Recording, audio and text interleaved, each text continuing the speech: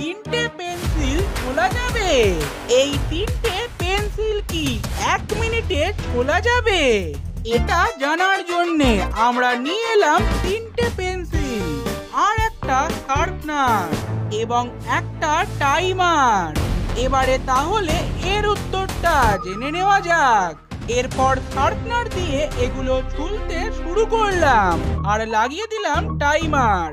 তবে এটা যতটা সহজ ভাবলাম ততটা এটা একদমই নয়, কারণ যতই শার্পনার ঘোরাতে লাগলাম ততই হাতের ব্যথা যেন বাড়তেই লাগলো আর সময়টাও রকেটের গতিতে এগোতে লাগলো।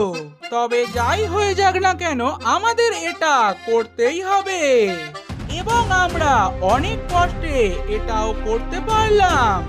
আর আমাদের টাইম লাগলো মাত্র 44 সেকেন্ড।